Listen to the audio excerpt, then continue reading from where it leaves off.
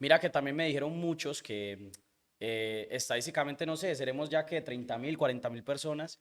De todas esas personas que en este momento están viendo, de ley tiene que haber muchas personas que se vieron afectadas, familiares que se vieron afectadas por la temporada de Pablo, que fue una temporada pesada. Vos sabes que hubieron muchas cosas, muchas muertes. Esas personas me escribían y me decían, no, ¿cómo te vas a relacionar con eso? O sea, ¿tú qué opinas de eso? Que haya gente con ese dolor. Qué buena Ajá, ¿qué pregunta. opinas de esa gente que tiene ese dolor en este momento? Bueno, aprovecho los micrófonos para pedirles perdón a todas las personas que hayan visto o hayan sido afectados por Pablo, pero es que Pablo es Pablo y Nicolás es Nicolás. O sea, lo que a mí me tocó vivir fue lo que a mí me tocó vivir, lo que Pablo hizo fue lo que Pablo hizo. Pedirles perdón a esas personas que se vieron afectadas, claro que sí. Es doloroso porque cuando uno pierde un ser querido, cuando a uno le hacen algo malo, pues por lógica va a sentirse incómodo y el corazón va a estar siempre ahí latiendo sobre eso. Pero hay algo que es muy importante y es que la historia se tiene que conocer. La historia se tiene que conocer desde los dos puntos de vista. También desde los dos puntos en que se vivió la historia de Pablo, desde el punto malo, desde el punto bueno. Lo malo para que jamás se vuelva a repetir. Si no lo contamos nosotros, ¿quién lo va a contar y quién lo va a saber? Y lo bueno para que entre todos, pues, trabajemos para poderlo multiplicar y volverlo muchísimo mejor.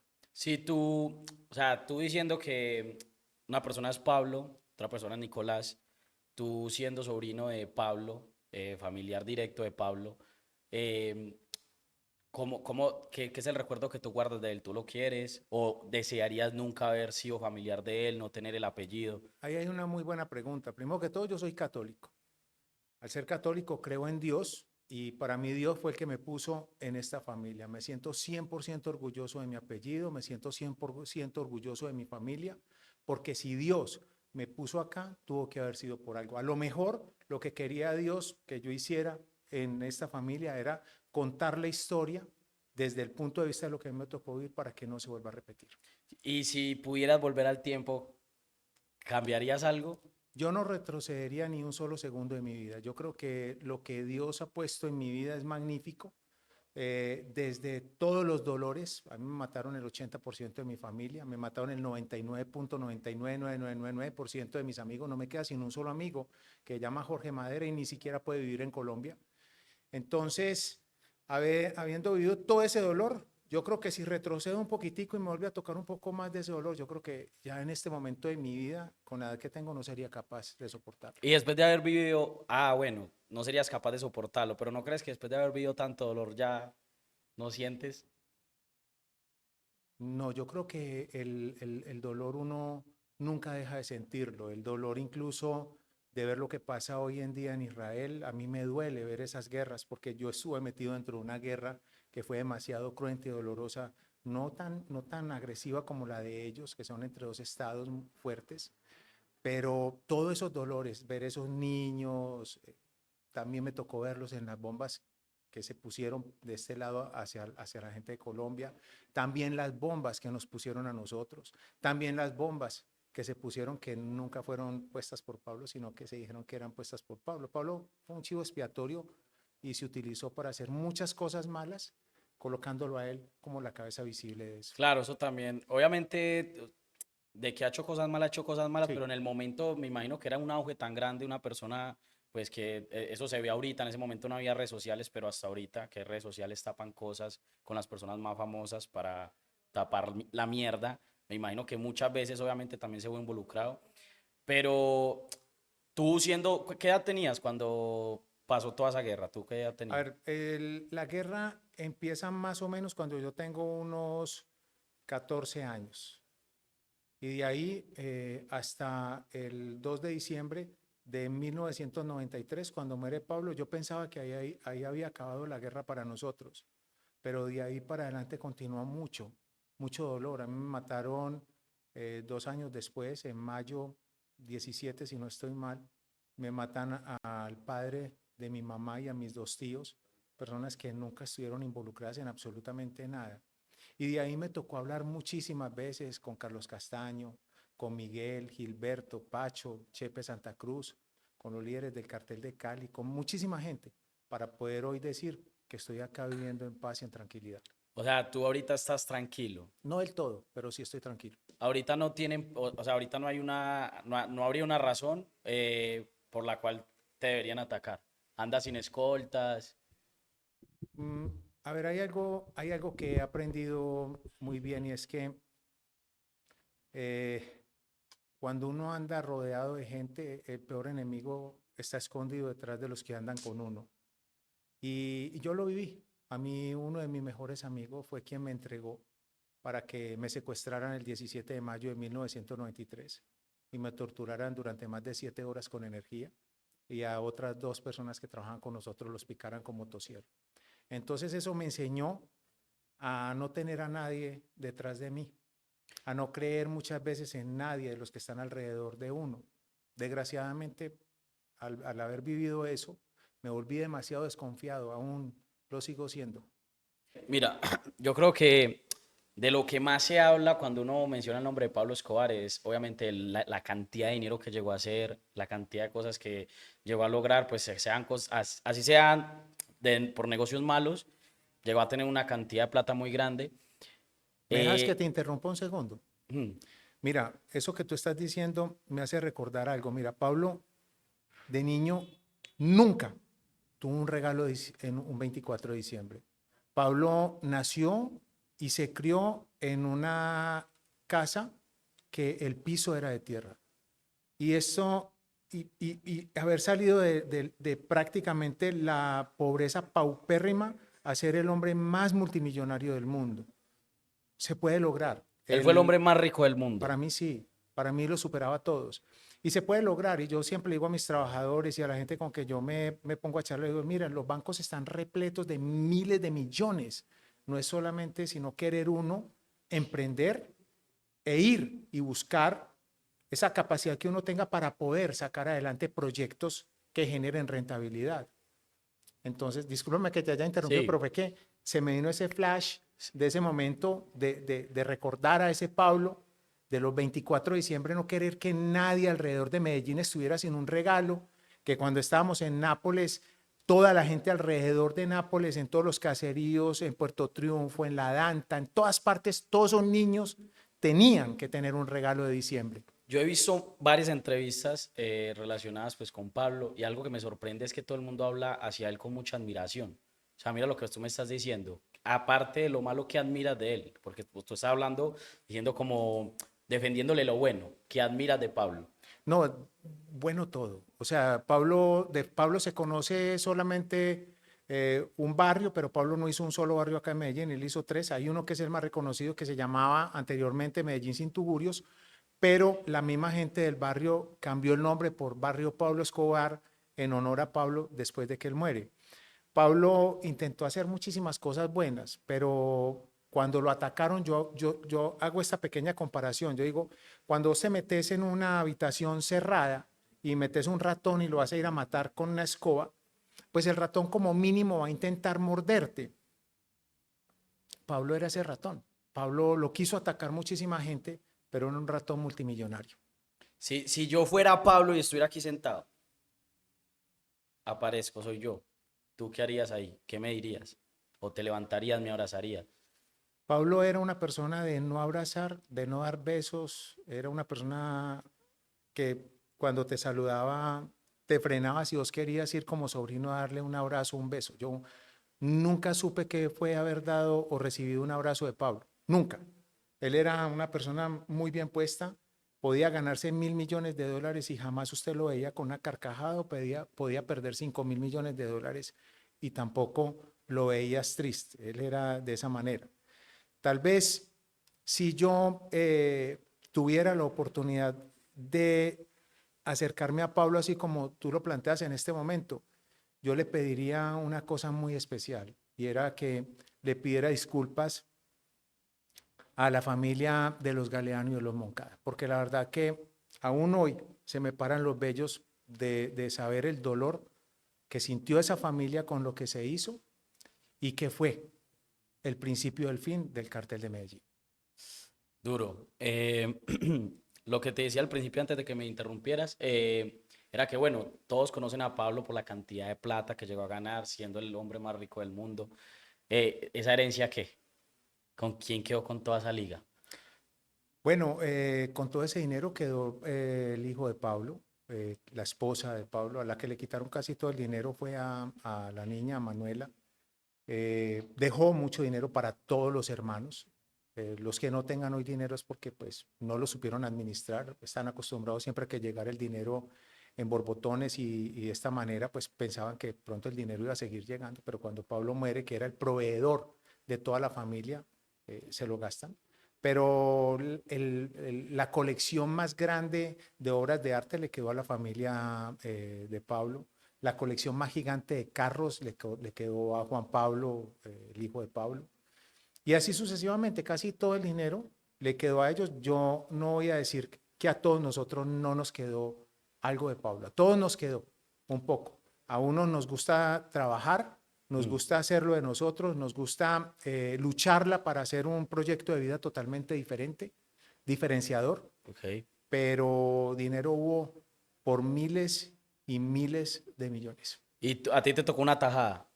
A todo el mundo le tocó una tajada. Yo no conozco a nadie en Medellín que pueda decir, o al menos el 99%, que de una u otra manera no recibió plata de Pablo en un negocio. Si una casa valía 500.000 pesos en aquella época, se le iban a vender a Pablo, valía 1.000.000. Entonces todo el mundo hizo economía a base de Pablo Escobar Gaviria. Entonces tú puedes vivir tranquilo, relajado, simplemente por las regalías de Pablo, por así decirlo. Bueno, yo te voy a decir algo. Pablo, yo creo que sigue dejando más dinero hoy que en aquella época. Hoy el turismo que viene a Medellín, gran parte de ellos vienen a conocer un poco de la historia de Pablo. Yo me dedico al turismo, me gusta el turismo, me fascina traer los niños de las comunas de Medellín a mostrarles la historia real de lo que me tocó vivir para que no se vuelva a repetir y para que no crean que esas películas hollywoodenses lo que les muestran es verdad, porque la verdad no es así. Los dolores, si los pasamos a una balanza, el dolor en cuanto a lo que nosotros nos tocó vivir, bueno, yo preferiría nunca haber tenido un solo centavo. El dolor es muy grande. Yo estuve hasta 8 días metido dentro de un cementerio, enterrando todos los días, familiar ni siquiera saliendo a bañarme al apartamento porque había que enterrar hoy el primo, mañana el otro primo, pasado mañana el amigo, el esposo de la prima, de la tía. A nosotros tocó bastante duro. Lo que muestran del narcotráfico no es así. El narcotráfico trae muchísimo dolor. Es tanto el dolor que yo hoy en día me pregunto, ¿cómo es que los que quedamos vivos somos capaces de soportar o fuimos capaces de soportar todo lo que nos tocó soportar?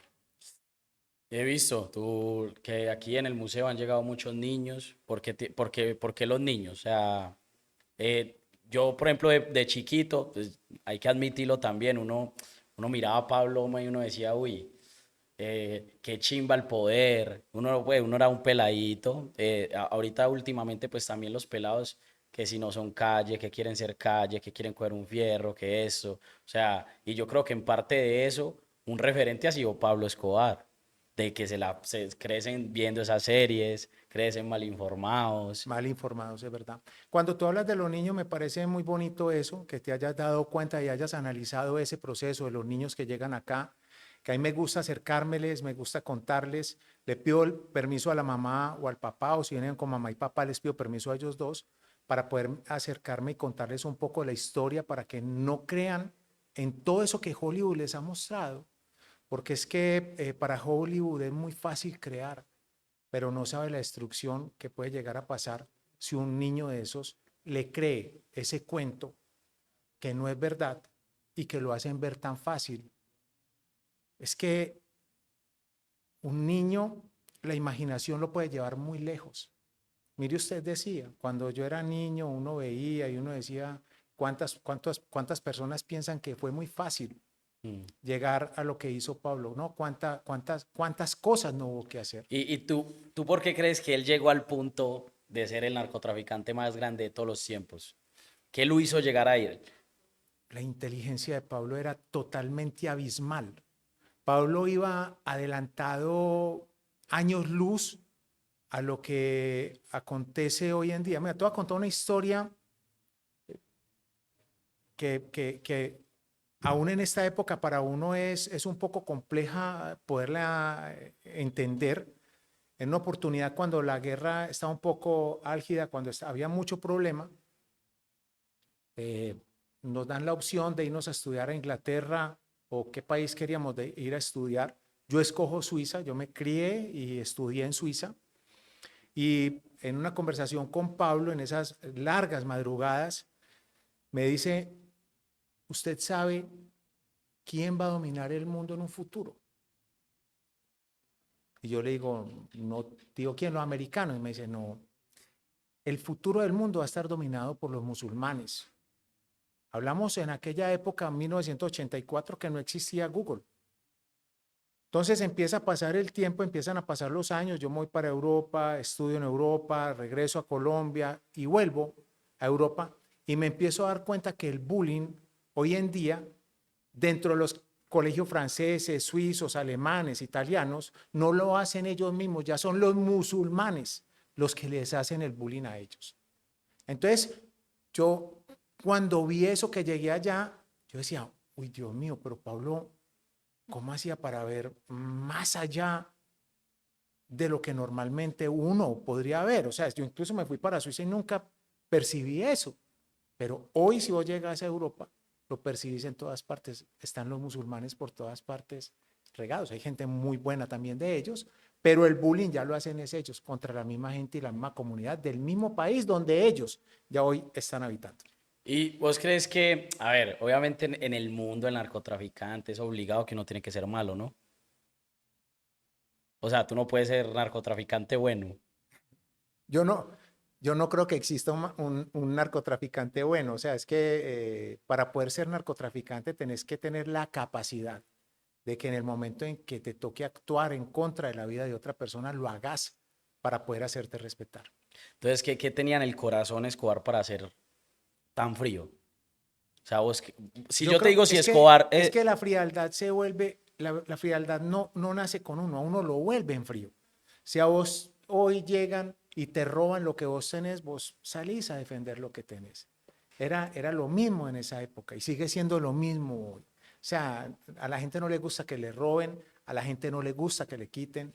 E incluso ves hoy en día que matan a una persona simplemente porque le quitó la novia o porque le quitó la mujer, o simple y llanamente no. Yo creo que se debe respetar la mujer que no le pertenece a uno, pero para ponerlo como ejemplo, ¿sí ves? Entonces, yo te pregunto algo a ti, que lo he visto, pues, yo he visto muchas, he visto entrevistas, he leído y muchas personas hablan cosas diferentes sobre Pablo Escobar. Si yo te pregunto si te digo que me digas las tres mentiras más grandes que han dicho de Pablo, que tú puedas desmentir, que te digas eso es totalmente falso, tienes como responderme. sí, te puedo responder dos que son muy fuertes. La primera, cuando Pablo se suicida, que no fue ni abatido ni absolutamente nada de eso. ¿Por qué esa información es, por qué? ¿Por qué se suicida? O sea, ¿cómo sabes tú eso? A ver, nosotros hemos hecho un estudio, al menos yo lo he hecho muy concienzudamente. Yo incluso tengo todos los documentos legales de las necropsias de todas y cada una de las personas que murieron en la guerra que pertenecieron a nuestra organización, a la organización de Pablo. Te voy a hacer una sola invitación. Mira el video de la muerte de Pablo y analiza dónde muere el Limón. Limón no muere dentro de la casa.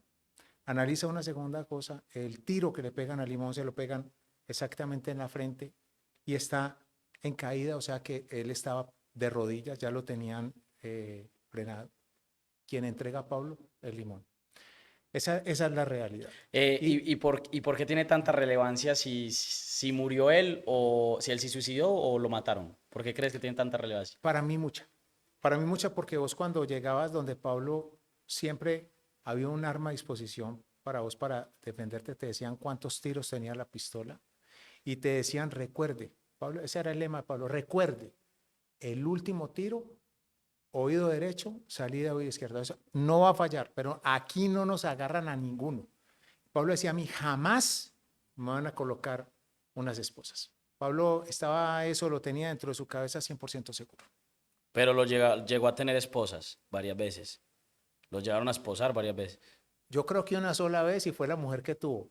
Ah, Pero, yo creo que fueron 2 veces en que lo tuvieron detenido, uno por ahí en el 77, 78 y la segunda que es la foto más famosa de él.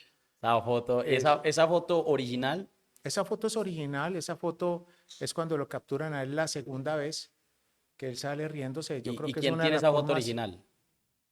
Esa foto originalmente se montó dentro del libro de caricaturas de Pablo Emilio Escobar Gaviria. Pero la foto original, ¿alguien la tiene actualmente? Eso tuvo que haber salido directamente de la cárcel, porque era la reseña, la cárcel de la reseña de la cárcel. Para mí es una foto muy fuerte.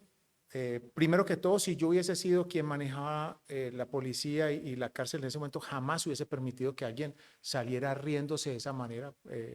Es muy respetuosa contra el Estado, pero también mostraba el poder que él en ese momento tenía. Él ya Él, sabía que iba a salir, por eso sonreía. él siempre tenía todo milimétricamente calculado. Si esa foto yo la tuviera, la real, actualmente, ¿cuánto costaría esa foto? Si la pudieras vender. Yo creo que esa foto sería totalmente incalculable, incalculable el valor. Es más, yo creo que, no, es que sería imposible. Si ha venido gente bregando a buscar cosas de Pablo acá donde mí que se las venda, yo no vendo absolutamente nada de lo que tengo de la simulación que hago dentro del Museo de lo de Pablo. Eh, pero yo creo que no habría con qué comprarla. A un precio absurdo. cien por Listo. ciento sí. Esa vendría siendo la primera mentira, desmentida. La segunda. La muerte de Luis Carlos Galán Sarmiento. Pablo no tuvo nada que ver con la muerte de Luis Carlos Galán Sarmiento. Hay una persona en la cárcel en este momento que es Santofimio Otero pagando una condena por algo que no tuvo nada que ver tampoco. Pues lo tienen ahí metido en la cárcel simplemente porque al Estado colombiano le dio la gana de poner ahí un parapeto.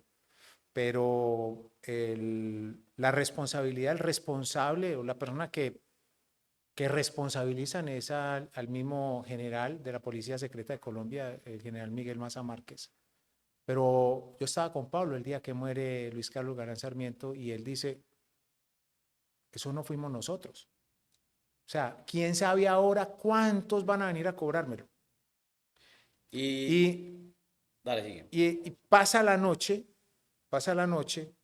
como a las 3 de la mañana, Pablo, después de haber caminado mucho rato, porque él se levantaba y caminaba y pensaba, poco hablaba, escuchaba mucho, dice, ya se murió, aprovechémoslo. Entonces se refería a que si no había tenido nada que ver Pablo con la muerte, que seguro iban a venir a cobrarlo, pero que si ya todo el mundo estaba diciendo que había sido Pablo, pues que había que aprovechar. Y Pablo aprovecha la muerte de Galán y de ahí empieza todo ese proceso. Es la única persona en el mundo que ha cambiado la constitución política del país a su favor para lo que él quería. Mira, como ninguno, yo creo que la mayoría de los que está viendo, yo, como ninguno nos tocó ir pues esa temporada de Pablo, yo creo que todo lo que sabemos de Pablo Escobar lo sabemos por lo que hemos leído y por las series. Entonces, te voy a decir varias cosas de las series de las que yo he visto o varias eh, cosas que habla la gente pues por ahí en la calle que uno dice, uy, ¿será verdad? Por ejemplo, lo de, si tú ves la serie, que él coge y le dice a la vieja, vaya pues espéreme desnuda en la cama, él sí pues podía hacer eso con una mujer. Pablo era demasiado respetuoso con las mujeres, O sea, él no, pero sí le era infiel a la mujer. por lógica. Él cogía Ajá. la revista Cromos y decidía cuál de todas esas mujeres que estaban ahí, él las quería y en qué orden. Y la mujer copiaba de ley. O sea, la mujer le copiaba. Llegaba. Lo que pasa es que, ¿cómo no te van a copiar si vos, o Pero sea, vos crees que por miedo o por plata. no por billete? Es ¿Y que cuánto billete le daban a una mujer de esas para que pudiera estar con él? no era así, es cuánto quieres. Ah, vea eso. Mira, Pablo quiere conocerte, cuánta plata quieres, qué te está haciendo falta, qué necesitas. No, yo quiero un Mercedes-Benz convertible, vamos a comprarlo y vamos para donde Pablo. Ya cuando llegaba ya pensaba que iba a seguir siendo la reina de Pablo Escobar, pero no, era solamente la reina por un ratico nada más. Y con la plata que le daba, relajada toda la vida ya. Relajada al menos por mucho tiempo. Lo que pasa Ok. es que recuerda algo, hay una de las frases que yo tengo que acompañan este museo y les pido a todos que me disculpen un segundo, pero estamos en un sitio donde las alarmas me indican que si alguien quiere Uy, no, donde se ingresar, nos metan al rancho hasta ahora que... ya lo quitamos. Ahí disculpan, por favor, pues estamos en el Museo Pablo Escobar. Esto aquí está totalmente monitorizado y Menos mal, monitoreado. claro que Bueno, sí. eh, No, yo te iba a preguntar, entonces, ¿cómo era tu vida? En ese, o sea, tú eras excéntrica, mucho lujo. O sea, ¿cómo mi, era tu vida en ese momento? mi vida, bueno, creo que no nos alcanzan a ver desde acá, ni van a alcanzar a verlo. A lo mejor ahorita con una de las cámaras si las movemos, se van a dar cuenta que acá al frente existe en la parte de encima una tarjeta que dice Eurocheck 1988 Ah, y sí. en la parte de abajo, ese soy yo, Ah, ¿ese sos sí, vos? ese es dándome un lujo, Un Ferrari ahí suaga. uno de los regalos de Pablo. Eso es un Porsche Un Porsche. 944 biturbo, totalmente organizado para la época en la casa de ¿Y no nosotros podemos en mover Suiza. la cámara para que se vea eso? Y si quieren, vamos hablando por esta para que puedan mostrarles a Sí. ustedes la imagen. Qué Pues, locura. Yo eh, esa sí no la sabía, no me habían contado lo eso. que pasa es que yo en aquella época pesaba 160 kilos, yo he rebajado 80 Sí, kilos demasiado. aproximadamente, sí. Entonces, pues ahí se ve un poco de esa historia, pero esa en la casa de nosotros en Suiza, en Zúrich. eh, ¿Y qué pasó con Esos el eran los carrito, regalos. pues? No, carros cada año se cambiaba por otro carro, sino que es que ese lo tengo ahí, esa foto está puesta ahí, porque en la parte de encima aún conservo la tarjeta con que fue comprado. O sea, las tarjetas que nosotros teníamos en aquella época eran tarjetas que vos podías comprar lo que quisieras sin ningún tipo de inconveniente, o sea, eran ilímite por la cantidad de dinero que se tenía guardado en las cuentas bancarias en Suiza, ¿Era más cantidad en cuentas o en efectivo? no en efectivo. ¿Y crees que actualmente uno puede seguir encontrando caletas de Pablo? Sí, pero lo que encontré en dinero ya no va a estar bien. Va a estar Basta. totalmente podrido y dañado.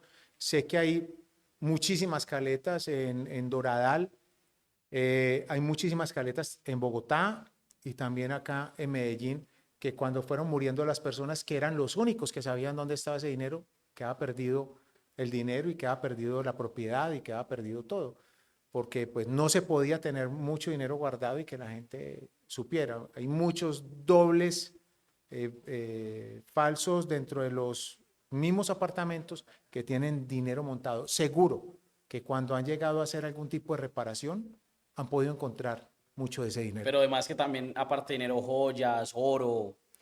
Bueno, al que más le gustaba guardar oro y diamantes, rubíes y esmeraldas era a Gustavo Gaviria. Ese era el más simpatizante por ese tipo de producto. Incluso cuando nosotros veníamos de Suiza, que éramos 5 o 6 primos los que vivíamos allá, pues cada uno, cada viaje que hacíamos, cada uno traía entre 5 y 8 kilos de oro. Y esos kilos de oro eran de Gustavo Gaviria. Y vos tenés, o sea, vos sabes dónde hay caleta actualmente o no tenés esa información. Bueno, yo no sé si te diste cuenta que en mi canal de YouTube saqué la última caleta que se Sí, yo vi encontró. un video Sí, que había sido la última caleta. exacto. Pero dentro de esa casa, yo estoy seguro que hay otra caleta adicional. Y Roberto Escobar Gaviria, que salió a desmentir, que era mentira todo lo que yo había dicho, él sabe También. que allá hay otra caleta. Lo que pasa es que no sé si de pronto ya la haya abierto o no, porque yo llevo muchos años sin tener relación con él. Ok. Em, Hablando de esas caletas, a ver si tú diciendo, si tú llegas a decir, hey, es que yo tengo la ubicación de una caleta, ¿no te da miedo como que te lleguen y te extorsionen para que digas la ubicación?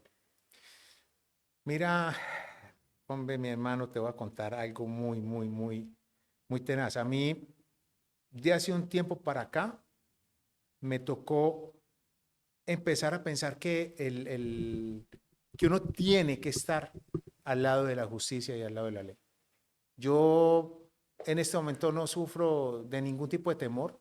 El que quiera venir acá a extorsionarme, pues ahí está la justicia para que vaya y hable con él. No tengo ningún problema en ¿Y si llamar a pasa el la... filtro? Y si pasa, Sí, yo creo que es un poco complejo. Bueno, usted se ha dado cuenta, por decir algo ahora que llegó acá, sí. cómo Sí, hay buena funciona. seguridad, hay buena seguridad. Tienen que Sí, ser varios cabezones. ya cómo funcionan las cosas. Tiene que funcionar de una manera diferente. Ya es voltear esa etapa de la vida donde uno estuvo ligado al sector del lado izquierdo de lo que es la justicia y estar hacia el lado de la justicia, al lado derecho, bregando a colaborar en lo que uno más pueda. Eso me ha dado la opción de poder hoy vivir en paz y en tranquilidad, de poder movilizarme hacia cualquier parte del mundo ya sin ningún tipo de problema. Entonces, yo creo que eso le enseña a uno. Todo lo que se le vengan a bregar a hacerlo a uno malo, ahí está la justicia, se llama la justicia y que sean ellos los que lo defiendan a uno, ¿no? Entonces vos sos católico, Así es. creyente de Dios. Sí. ¿Dónde crees que esté Pablo ahorita? ¿En el infierno o en el cielo? Bueno, ojalá hubiese tenido tan siquiera la oportunidad de que alguien me dijera que existe el infierno o el ¿Y cielo. si existiera? Suponiendo que existe. Si yo pongo en la balanza, yo creo que Pablo podría estar en toda la mitad, colocando lo malo que hubo que hacer y lo bueno que se hizo. ¿Y vos crees que con lo bueno se puede tapar lo malo? Bueno, dicen por ahí que el que peca y reza empata. No sé si sea así. Nos tocará esperar a que llegue el momento de que nosotros partamos de esta vida y analizar qué es lo que Ok. pasa allá. Ah, ¿tú has estado en prisión? Bueno, no he estado en una cárcel físicamente capturado, pero sí estuve retenido en Santiago de Chile en julio de Santiago de Chile, en julio de 1993 en Santiago de Chile, cuando nos iban a deportar, a sacar del país. Estuve también retenido en Inglaterra cuando intenté salir a recibir a los hijos y a la mujer de Pablo en Alemania. Estuve retenido en Alemania cuando llegué a recibirlos a ellos. Volví a estar retenido en Inglaterra cuando salí de Alemania, cuando ya sabía que no podían llegar ellos a Alemania, más sin embargo ellos arrancaron, yo habiéndoles dicho que no arrancaran para allá, arrancaron porque quisieron. Estuve retenido en España, pero siempre en procesos migratorios de esa época. ¿Tú nunca quisiste seguir el legado de Pablo? Seguir en todo el mundo de la droga.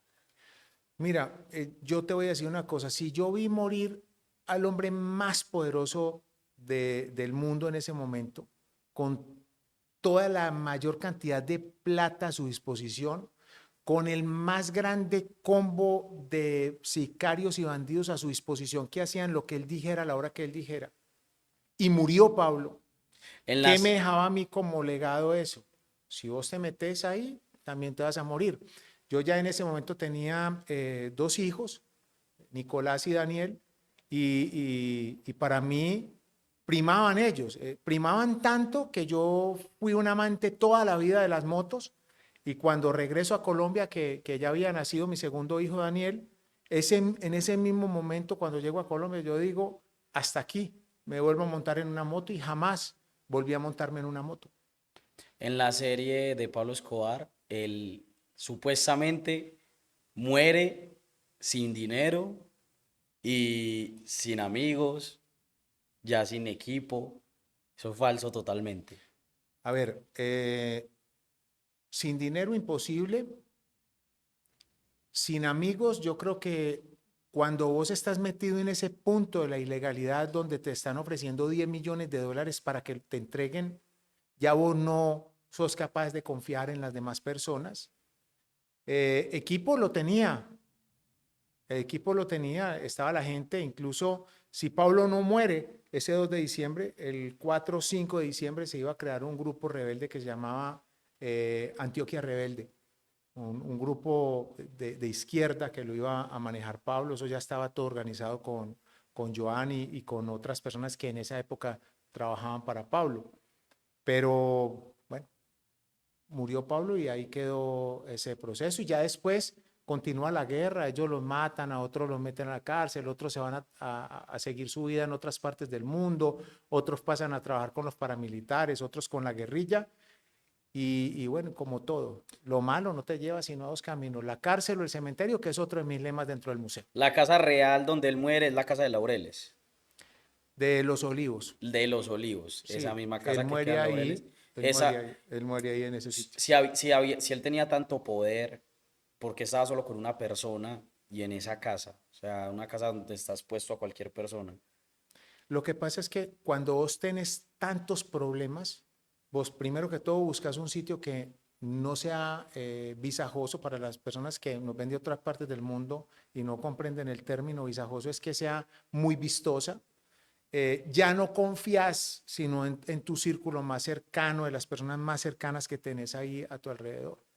Ya vos no confías, ya no era el momento para andar con grandes combos de gente protegiéndote con armas y todo eso, porque pues ya era una guerra directa contra el Estado, contra los americanos, contra muchísima gente que tenía muchísimo poder. Entonces vos tenías que estar más resguardado, más escondido y con la menor cantidad de gente posible. Suponiendo que ese día a Pablo, o sea, no se hubiera suicidado, lo hubieran capturado, ¿qué crees que hubiera sido él ahí? Pablo jamás se hubiese dejado capturar. Y si bajando esa vuelta le cayó el fierro, ¿qué? No tenía uno, mantenía dos. Y si le caen los dos. Es imposible.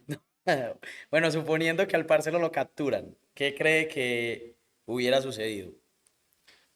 No, es que ten 100% y eso es totalmente así. Pablo jamás se hubiese dejado capturar.